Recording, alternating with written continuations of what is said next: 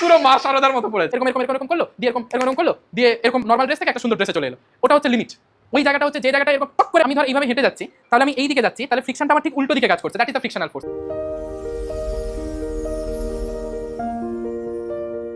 Hello দিশারিয়ান্স, আজকে শুরু করব আর একটা নতুন chapter of class 11, that is friction.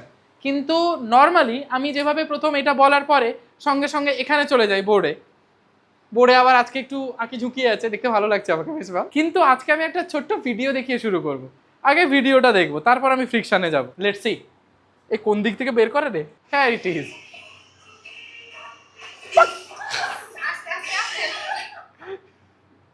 Once more.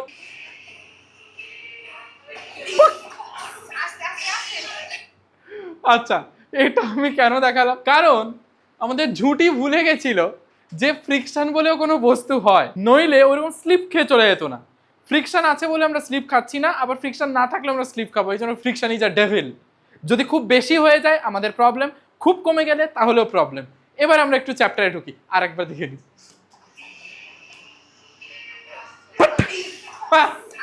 পুরো মা শারদার মতো পড়েছে।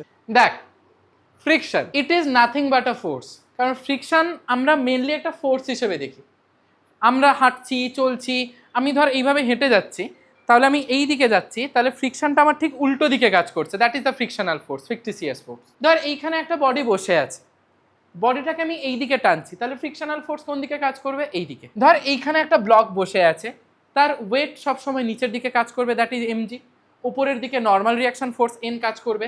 বডিকে এফ ফোর্স দিয়ে এদিকে টানছি, স্বাভাবিক ব্যাপার, ফ্রিকশনাল ফোর্স তার উল্টো দিকে কাজ করবে, দ্যাট ইজ এফ। তাহলে এই এফ আর এই এফ যদি ইকুয়াল হয়ে যায়, মানে বডি তখন রেস্টে আছে, স্ট্যাটিক পজিশনে।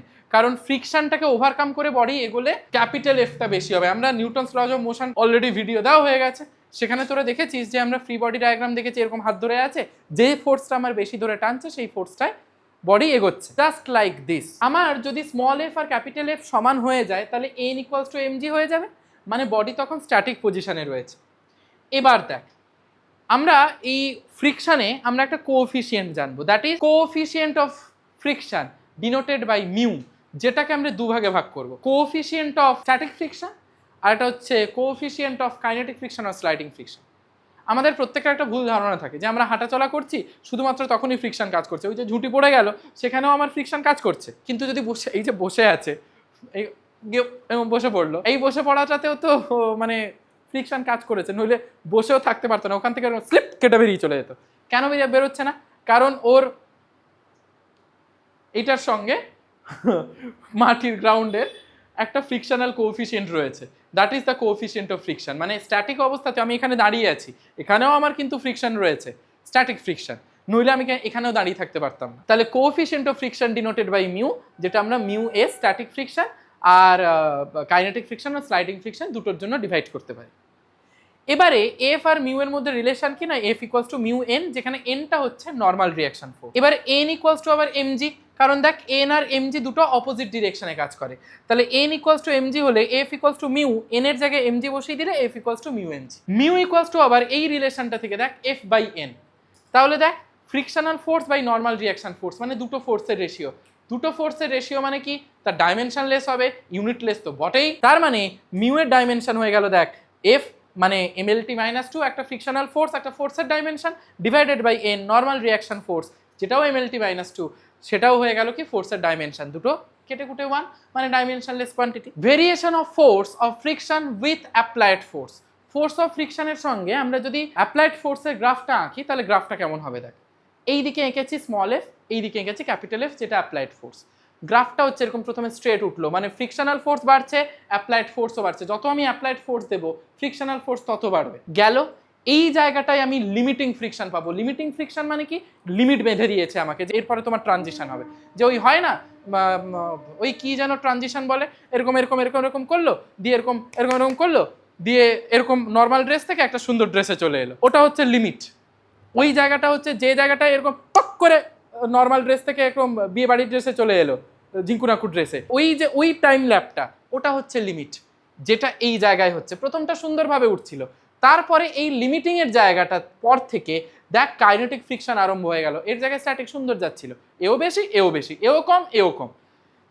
এইখানে লিমিট চলে এলো, লিমিট চলে আসতে কি হলো, এফ এর সঙ্গে প্যারালালি যাচ্ছে, মানে ফ্রিকশনটা কনস্ট্যান্ট হয়ে গেছে। এবারে আসি আমরা relation between angle of friction that is lambda and coefficient of friction. সেটা কি না, mu equals to tan lambda হলো। সাইমালটেনিয়াসলি যদি একটা ইনক্লাইন প্লেনের ক্ষেত্রে অ্যাঙ্গেল অফ ইনক্লাইনেশনটা থিটা হয়, তাহলে অ্যাঙ্গেল অফ ইনক্লাইনেশনের সঙ্গে কোএফিসিয়েন্ট অফ ফ্রিকশনের রিলেশনটা কি হবে না, mu equals to tan theta. তার মানে আমি যদি বলি অ্যাঙ্গেল অফ ফ্রিকশন আর অ্যাঙ্গেল অফ ইনক্লাইনেশন বা অ্যাঙ্গেল অফ রিপোজ, যে ইনক্লাইনেশনের আরেকটা নাম, এই দুটোর মধ্যে রিলেশন কি না, mu equals to tan lambda আবার mu equals to tan theta. তাহলে tan theta equals to tan lambda লেখা যায়, that means theta equals to lambda. This is the relation between the angle of repose and angle of friction, মানে theta equals to lambda, tan theta equals to tan lambda হলে tan tan tan tan tan tan। এবারে ধর এইরকম একটা আমি incline plane নিয়েছি যার angle of inclination which is the angle of repose that is theta. এখানে একটা বডি বসে আছে, বডি যেভাবে থাকবে আমরা নর্মালি এটা এই যে লিখেও দিয়েছি, দেখ নিউটনস ল অফ মোশন আমরা পড়েওছি এবং এই ইয়েটাও দেখেছি। উপরের দিকে নর্মাল রিয়াকশন ফোর্স এন কাজ করে, নিচের দিকে এমজি কাজ করে, এটা থিটা হলে এটাও থিটা, যেদিকে থিটা সেই দিকে cos theta MG cos theta, তার উল্টো দিকে এমজি সাইন থিটা।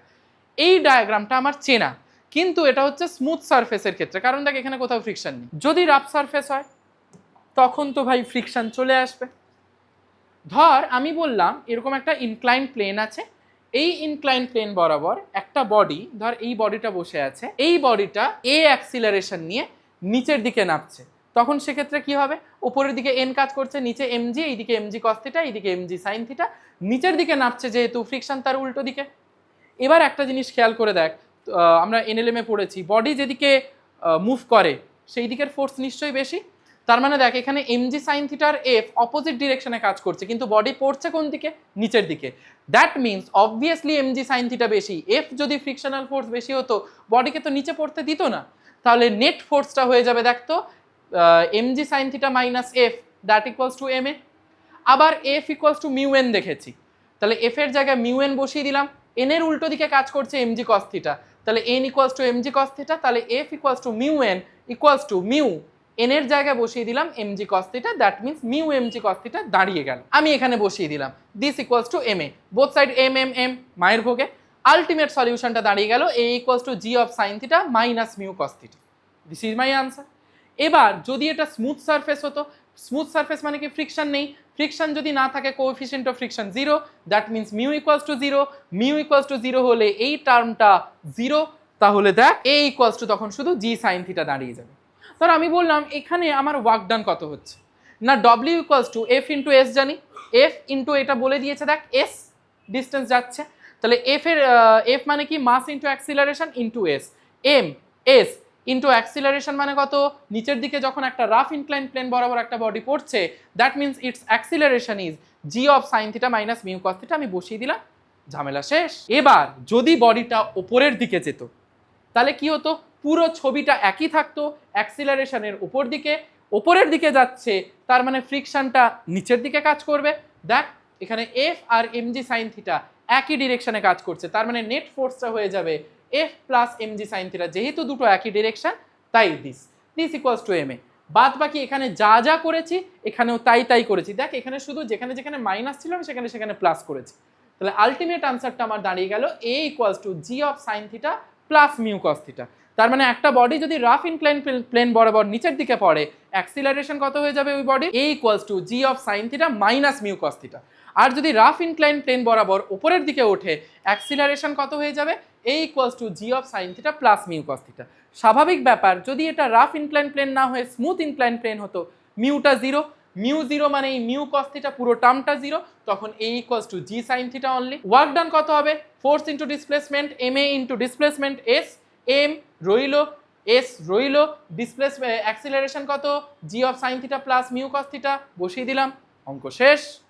আশা করি এটা এই দুটো আমাদের ফিগার উইথ ডেরিভেশন প্রত্যেকের ক্লিয়ার হয়েছে। এবার আমরা যাচ্ছি পরের slide. Push pull, to move an object which one is easier, push or pull. আমি পুশ করছি একজনকে, পুল করছি একজনকে, কোনটা বেশি ইজি আমার কাছে, দেখা যাক। স্বাভাবিক ব্যাপার আমার মাথায় চলবে যে যেখানে ফ্রিকশন কম হবে সেটাই আমার কাছে ইজি হবে, তাহলে আমি এখানে দেখবো কি আগে যে ফ্রিকশনটা কম কোথায়। দেখ এখানে একটা বডি বসে আছে, উপরের দিকে নর্মাল রিয়াকশন ফোর্স এন কাজ করছে, নিচের দিকে কি কাজ করছে তার ওয়েটটা mg, স্বাভাবিক ব্যাপার। আমি এই দিকে প্রথম কি করছি, পুল করছি, এফ ফোর্স দিয়ে টানছি, এই অ্যাঙ্গেলটা থিটা, যেদিকে থিটা সেই দিকে এফ কস থিটা, সেই উল্টো দিকে এফ সাইন থিটা, স্বাভাবিক ব্যাপার। তাহলে দেখ এখানে একটা জিনিস খেয়াল কর, উপরের দিকে কাজ করছে এফ কস থিটা আর এন, এফ কস থিটা আর এন দুটোই উপরের দিকে একই ডিরেকশনে কাজ করছে, ভার্টিক্যালি আপওয়ার্ড। তাহলে হবে N plus F cos theta উল্টো দিকে কে কাজ করছে, এমজি, বসিয়ে দিলাম। তাহলে এন ইকুয়ালস টু দেখ MG minus F cos theta, done. তাহলে frictional force F pull equals to mu into N হয় জানি, তাহলে মিউ রইলো, এন এর ভ্যালুটা আমি এখানে বসিয়ে দিলাম MG minus F cos theta, done. এবারে পুশ করছি মানে কি, ঠেলছি এইভাবে, তাহলে এফ ফোর্স দিলাম, এই অ্যাঙ্গেল থিটা, যেদিকে থিটা সেই দিকে কস থিটা, তাহলে এফ কস থিটা এইদিকে কাজ করছে, এফ সাইন থিটা এইদিকে কাজ করছে, নর্মাল রিয়াকশন ফোর্স এন ওপরের দিকে কাজ করছে, স্বাভাবিক ব্যাপার, এমজি এইদিকে কাজ করছে, ফ্রিকশন এইদিকে কাজ করছে, ব্যাস। তাহলে এক্ষেত্রে দেখতে পাচ্ছিস এফ কস থিটা আর এন দুটো অপোজিট ডিরেকশনে কাজ করছে, এফ কস থিটা কাজ করছে নিচের দিকে, এন কাজ করছে উপরের দিকে, তাহলে হবে N minus F cos theta equals to MG, যেহেতু অপোজিট ডিরেকশন। এবার তোরা বলবি যে দাদা F cos theta minus N ও তো করতে পারতাম, কিন্তু তা করলে এমজি নেগেটিভ আসতো কেন? এফ কস থিটা কম হবে, এনটা বেশি হবে, এনটা তো নর্মাল রিয়াকশন ফোর্স, ওটা সব থেকে বেশি থাকবে এফ কস থিটার তুলনায়। এফ কস থিটা যদি বেশি হতো তাহলে তো ভেতরের দিকে পাঠিয়ে দিত, তা তো নয়, এ তো এরকম মাটি ভেদ করে একদম পেনিট্রেট করে পাতালে চলে যাচ্ছে না। দ্যাট মিনস এনটা কম, এফ কস থিটা কম, এনটা বেশি, উপরে তুলে রেখেছে এনটা, তাই N minus F cos theta equals to MG, N equals to F cos theta plus MG. তাহলে এফ পুশ কি হয়ে যাবে, equals to mu into N, মিউটা মিউ এর মতো রইলো, এন এর ভ্যালুটা আমি বসিয়ে দিলাম। তাহলে দেখছি পুলের ক্ষেত্রে মাইনাস, পুশের ক্ষেত্রে প্লাস, তার মানে বেশি ফ্রিকশন কোথায় না পুশের ক্ষেত্রে, তাহলে F push greater than F pull, তার মানে ফ্রিকশনটা বেশি কোথায় পাচ্ছি, পুশে। That's why it is easier to pull an object to move, কারণ ফ্রিকশনটা যেখানে কম থাকবে আমি সেখানে ইজি জিনিসটা করতে পারবো, ইজিলি পারবো জিনিসটাকে। ফ্রিকশন যদি বেশি হয় তাহলে তো সে আমাকে বাধা দেবে, ঠেলতেই দেবে না, যেতেই দেবে না বডিকে। তাহলে আমি চাইবো যে যেখানে ফ্রিকশন কম হবে আমি সেখানে ইজি জিনিসটা পাবো, এবং সেটাই পেয়েছি। একটা অঙ্ক দেখা যাক, দেখ ধর বলেছে a given object takes n times the time to slide down 45-degree rough inclined plane as it takes the time to slide down an in identical perfectly smooth 45-degree inclined plane. Find coefficient of kinetic friction between the object and the surface of inclined plane. দুটো surface রেখেছি, এবার এইটাকে ধর rough surface ধরেছি আর এইটাকে smooth surface ধরেছি। Smooth surface মানে friction নাই, এ equals to G sine theta, R rough সারফেসে বডি নিচের দিকে যাচ্ছে, এ equals to G sine theta, A G of sine theta minus mu cos theta. এই যে স্মুথ সারফেসে দুটোই 45 ডিগ্রি অ্যাঙ্গেল বলে দিয়েছে এবং সেম ডিস্টেন্স বলে দিয়েছে, যেহেতু আইডেন্টিক্যাল বলে দিয়েছে, তাহলে এটাও ডি হলে এটাও ডি, যেহেতু দুটোই ইনক্লাইন প্লেন আমার আইডেন্টিক্যাল বলে দেওয়া আছে।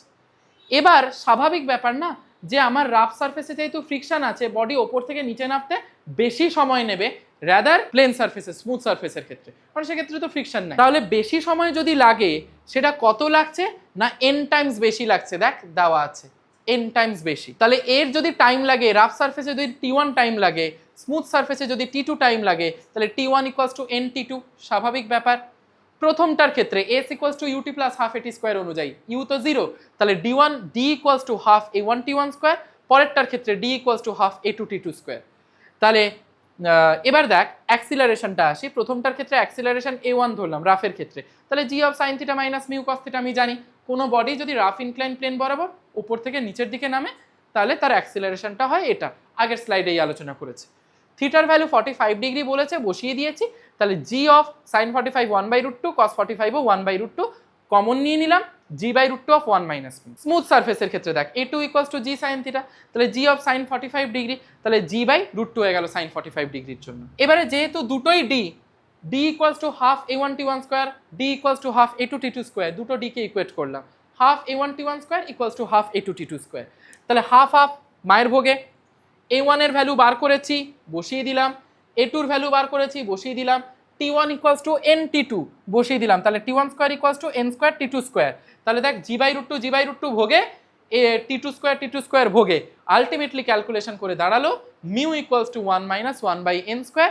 This is my result. ধর এরকম একটা বলেছে, a body of mass small m is released from the top of a rough inclined plane as shown.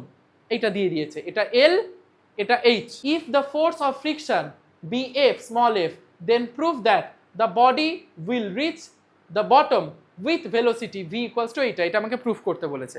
Conservation of energy লাগাচ্ছি, দেখ mgh minus half mv square equals to work done against friction, that is FL. work done against friction আমরা পড়েছি F into L, work energy পাওয়ারের ভিডিওতে আমরা দিয়েই দিয়েছি already. Force into displacement হলো।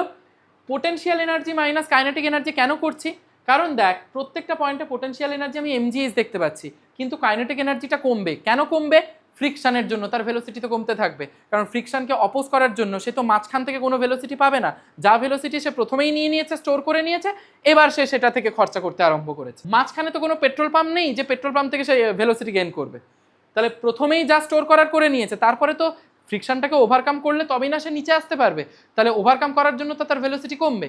ভেলোসিটি যদি কমে তাহলে কাইনেটিক এনার্জি কমছে, তাই পোটেনশিয়াল মাইনাস কাইনেটিক করেছে। তাহলে mgh minus half M V square equals to FL, তাহলে half M V square equals to mgh minus FL, V square equals to এদিকে চলে গেল 2/m of mgh minus FL, V equals to under root 2/m of mgh minus FL।